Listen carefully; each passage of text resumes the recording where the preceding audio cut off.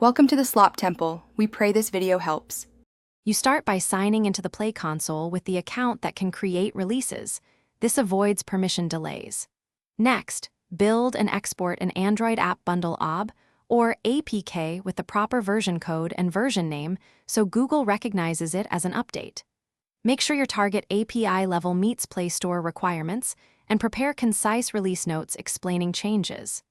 Once done, upload the AAB to a new release in the appropriate track so you can continue to the next steps. Now you configure the release.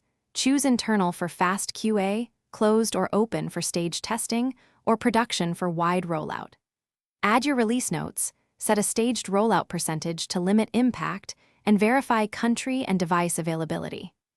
Run the Play console pre-launch report and address any critical warnings like crashes or permission issues so your release isn't blocked. Make sure to save drafts and review the app bundle signing and artifact details before proceeding to rollout.